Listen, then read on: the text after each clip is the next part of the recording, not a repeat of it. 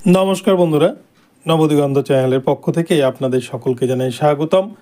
তো বন্ধুরা, আজকে সকালে গুড মর্নিং জানিয়ে এখন আপনাদের সাথে যে আপডেটটি শেয়ার করতে চলেছি সেটি হচ্ছে এসএসসি 26,000 চাকরি বাতিল মামলায় আবারও কিন্তু নতুন মাস্টার স্ট্রোক স্কুল সার্ভিস কমিশনের চেয়ারম্যানের রাজ্যের তরফ থেকে, অর্থাৎ স্কুল সার্ভিস কমিশনের তরফ থেকে কিন্তু আবারও নতুন লিস্ট আগামী সোমবার জমা দেওয়ার কথা ঘোষণা করেছে স্কুল সার্ভিস কমিশন। এবং তার সাথে সাথে পরেশ অধিকারীর কন্যা অঙ্কিতা অধিকারীর চাকরি বাতিল নিয়েও মহামান্য সুপ্রিম কোর্ট কী মন্তব্য করলেন এই বিষয়ে বিস্তারিত আপডেট আপনাদেরকে জানাবো। তবে তার আগে বলি, যারা প্রথমবার চ্যানেলটি দেখছেন আপনারা অবশ্যই চ্যানেলটিকে সাবস্ক্রাইব করে দেবেন এই ধরনের আপডেট সবার আগে সর্বপ্রথমে পাওয়ার জন্য। তো চলুন আমরা মূল পর্বে ফিরে যাই এবং এই মামলার বিস্তারিত আপডেট দেখে নিই। তো বন্ধুরা, আপনারা দেখেছেন স্কুল সার্ভিস কমিশনের 26,000 চাকরি বাতিল মামলার যে ম্যারাথন শুনানি সেটি কিন্তু শেষ হয়েছে সুপ্রিম কোর্টে। অর্ডার রিজার্ভ হয়েছে, যে কোনো দিন কিন্তু অর্ডার বেরিয়ে যেতে পারে। কিন্তু এর মধ্যেই আবার স্কুল সার্ভিস কমিশনের তরফ থেকে সুপ্রিম কোর্টকে জানানো হয়েছে তাদেরকে দুদিন সময় দেওয়ার জন্য। তারা কিন্তু নতুন একটি লিস্ট, চাকরি বাতিলের লিস্ট তারা কিন্তু জমা করতে চলেছে সুপ্রিম কোর্টে। যখন স্কুল সার্ভিস কমিশন শুনানির পর দেখছে যে তাদের ছল চাতুরি কোনো কিছুতেই কাজ হলো না, হয়তো শেষমেশ পুরো প্যানেলটাই বাতিল হয়ে যেতে পারে।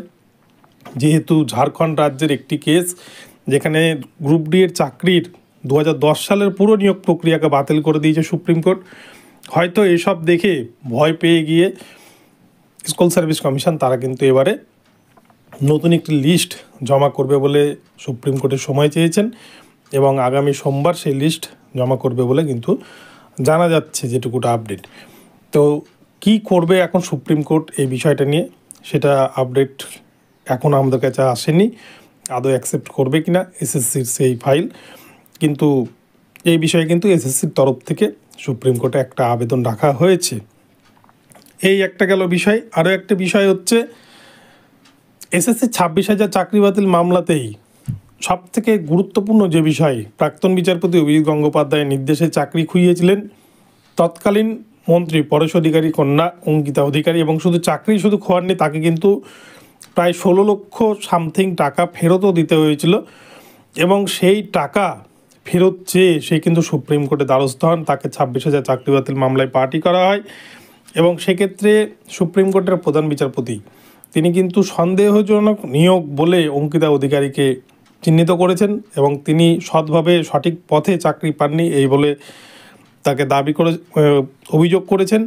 এবং তার সাথে সাথে তার যে অভিযোগ ছিল, তার যে টাকা ফেরত পাওয়ার যে বিষয়টি ছিল তাকে কিন্তু সঙ্গে সঙ্গে খারিজ করে দিয়েছেন মহামান্য সুপ্রিম কোর্ট। অর্থাৎ অঙ্কিতা অধিকারীর কোনো কিন্তু আর আশা রইল না, চাকরি ফিরে পাওয়া তো বটেই, চাকরি তো ফিরে পাচ্ছেনই না, তার সাথে টাকাও কিন্তু ফেরত পাওয়ার আর কোনো আশা রইল না সুপ্রিম কোর্টে।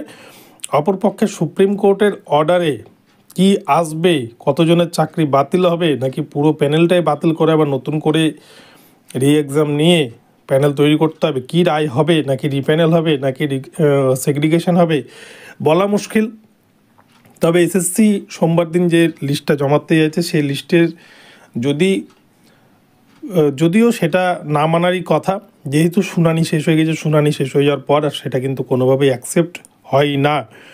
কেননা এসএসসি কী লিস্ট দেবে সেটার অপোজিশনরা যদি অপোজ করে, তারা যদি সেটাতে বিরোধিতা করে তাহলে সেটা কিন্তু অ্যাকসেপ্ট হয় না। তো যেহেতু সুপ্রিম কোর্ট একাই সেটাকে জমা দেবে বিচারপতির কাছে, তাই কী থাকবে সেই লিস্টে আদৌ এই বিষয় নিয়ে আমার মনে হয় না যে সেই লিস্টে অ্যাকসেপ্ট হবে। এবং যা রায় হওয়ার, বিচারপতি কিন্তু অলরেডি রায় দিয়েই দিয়েছেন, রায় হয়তো যে কোনো দিনই বেরোবে। তো আপনাদেরকে এই বিষয়টি জানালাম। ভিডিওটি ভালো লাগলে অবশ্যই চ্যানেলটিকে সাবস্ক্রাইব করে দেবেন।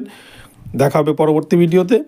এবং এসএসসি 26,000 চাকরি বাতিল মামলায় সকলেই কিন্তু একটা ভয়ের মধ্যে রয়েছে যে কী রায় হবে। আজ পর্যন্ত কোনো আইনজীবীকে কিন্তু আমরা বলতে শুনলাম না যে প্যানেল বাতিল হচ্ছে না, সেগ্রিগেশন হচ্ছে বা রিপ্যানেল হচ্ছে।